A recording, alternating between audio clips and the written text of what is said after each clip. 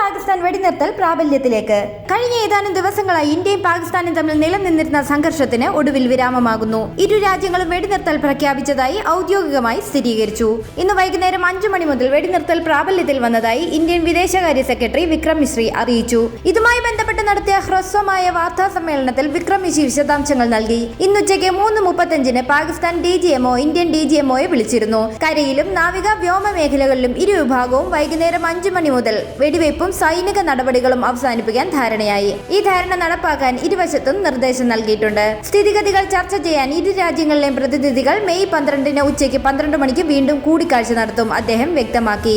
വെടിനിർത്തൽ ധാരണയെ തുടർന്ന് വിദേശകാര്യമന്ത്രി S ജയശങ്കറും പ്രതികരിച്ചു. വെടിവയ്പും സൈനിക നടപടികളും അവസാനിപ്പിക്കുന്നതുമായി ബന്ധപ്പെട്ട് ഇന്ത്യയും പാകിസ്ഥാനും ധാരണയിലെത്തിയിരിക്കുന്നു, അദ്ദേഹം എക്സിൽ കുറിച്ചു. ഭീകരവാദത്തിനെതിരെ അതിന്റെ എല്ലാ രൂപങ്ങളിലും ഭാവങ്ങളിലും ഇന്ത്യ സ്ഥിരവും വിട്ടുവീഴ്ചയില്ലാത്തതുമായ നിലപാട് സ്വീകരിച്ചിട്ടുണ്ട്. അത് തുടർന്നും അങ്ങനെ തന്നെയായിരിക്കുമെന്നും അദ്ദേഹം കൂട്ടിച്ചേർത്തു. അതേസമയം വെടിനിർത്തലിന് ഇരു രാജ്യങ്ങളും സമ്മതിച്ചെന്ന വാർത്ത ആദ്യം പുറത്തുവിട്ടത് US പ്രസിഡന്റ് ഡൊണാൾഡ് ട്രംപ് ആണ്.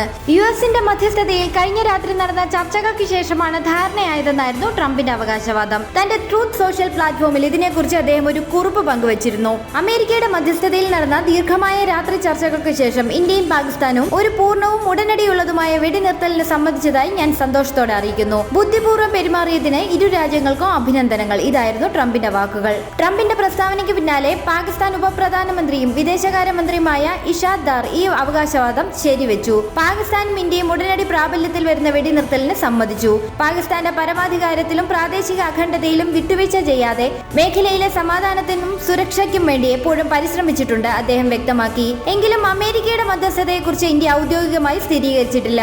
പാകിസ്ഥാൻ DGMOയും ഇന്ത്യൻ DGMOയും തമ്മിൽ നടന്ന ചർച്ചയിലാണ് വെടിനിർത്തൽ ധാരണയായതെന്നാണ് ഇന്ത്യയുടെ വിശദീകരണം. കഴിഞ്ഞ മാസം 22 ജമ്മു കാശ്മീരിലെ പഹൽഗാം താഴ്വരയിലുണ്ടായ ഭീകരാക്രമണമാണ് ഇന്ത്യയും പാകിസ്ഥാനും തമ്മിലുള്ള നയതന്ത്ര ബന്ധം കൂടുതൽ വഷളാക്കിയത്.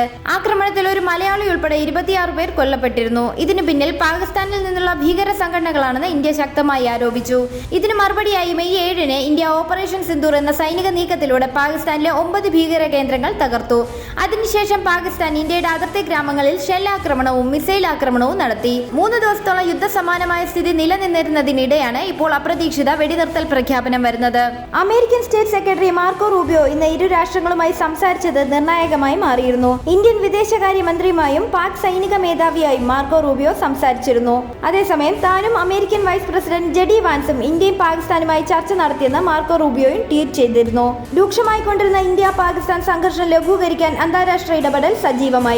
ഇന്ത്യയുടെയും പാകിസ്ഥാന്റെയും വിദേശകാര്യ മന്ത്രിമാരുമായി മാർക്കോ റൂബിയോ സംസാരിച്ചതിനു പുറമെ സൈനിക ഏറ്റുമുട്ടൽ അവസാനിപ്പിക്കാൻ സമവായ നീക്കവുമായി സൗദിയും രംഗത്ത് വന്നിരുന്നു. ഇരു രാജ്യങ്ങളും സമാധാനത്തിനായി ശ്രമിക്കണമെന്ന് ചൈനയും ആവർത്തിച്ച് ആവശ്യപ്പെട്ടിരുന്നു. അതേസമയം 5 പ്രധാനപ്പെട്ട തീവ്രവാദികളെ ഇന്ത്യ ഓപ്പറേഷൻ സിന്ദൂറിലൂടെ കൊലപ്പെടുത്തിയിരുന്നു. കൃത്യമായി പല ആസൂത്രണങ്ങൾക്കൊടുവിൽ കൃത്യമായി ലക്ഷ്യം വെച്ചത് തന്നെയാണ് ഇന്ത്യ നടപ്പിലാക്കിയത്. കാണ്ഡഹാറിലെ പ്രശ്നങ്ങൾക്ക് പുറകിലുണ്ടായിരുന്ന ഭീകരരുൾപ്പെടെ കൊല്ലപ്പെട്ട കൂട്ടത്തിൽ പെടുന്നു. അതേസമയം ഇന്ന് രാവിലെ ഇന്ത്യ ഇനി ആക്രമിച്ചില്ലെങ്കിൽ സംഘർഷം ലഘൂകരിക്കാൻ സന്നദ്ധമെന്ന് പാകിസ്ഥാൻ സൂചിപ്പിച്ചിരുന്നു.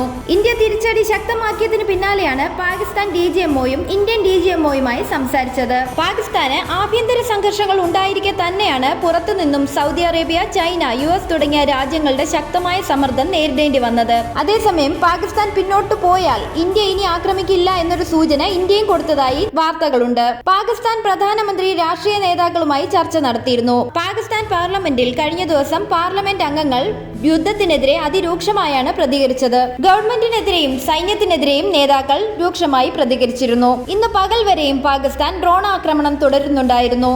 ഇന്ത്യക്കെതിരെയുള്ള ഏത് ഭീകരാക്രമണവും ഇന്ത്യക്കെതിരെയുള്ള യുദ്ധമായി കണ്ട് കണക്കാക്കുമെന്ന് ഇന്ത്യ മുന്നറിയിപ്പ് നൽകുകയും ചെയ്തിരുന്നു. പാകിസ്ഥാൻ സേന ഇന്ത്യൻ അതിർത്തിയിലേക്ക് നീങ്ങുന്നതായി കഴിഞ്ഞ ദിവസം തന്നെ വിവരമുണ്ടായിരുന്നു. പല നുണപ്രചാരണങ്ങളാണ് പാകിസ്ഥാൻ ഇതിനിടെ ഇന്ത്യക്കെതിരെ ഉണ്ടാക്കിവിട്ടിരുന്നത്. അഫ്ഗാനിസ്ഥാനെ ഇന്ത്യ ആക്രമിച്ചു എന്ന പാകിസ്ഥാന്റെ നുണ ഇതിനിടെ പൊളിഞ്ഞിരുന്നു. അഫ്ഗാനിസ്ഥാൻ ഭരണകൂടം തന്നെ ഇന്ത്യൻ മിസൈൽ അവിടെ വീണിട്ടില്ലെന്ന് സ്ഥിരീകരിക്കുകയായിരുന്നു. പാകിസ്ഥാന്റെ പല നുണകളിൽ ഒരു നുണ കൂടിയായിരുന്നു പൊളിഞ്ഞത്. ഇന്ത്യ ഇക്കാര്യം മുൻപ് തന്നെ നിഷേധിച്ചിരുന്നു. അഫ്ഗാനുമായി ഇന്ത്യക്ക് വലിയ പ്രശ്നവുമില്ലായിരുന്നു.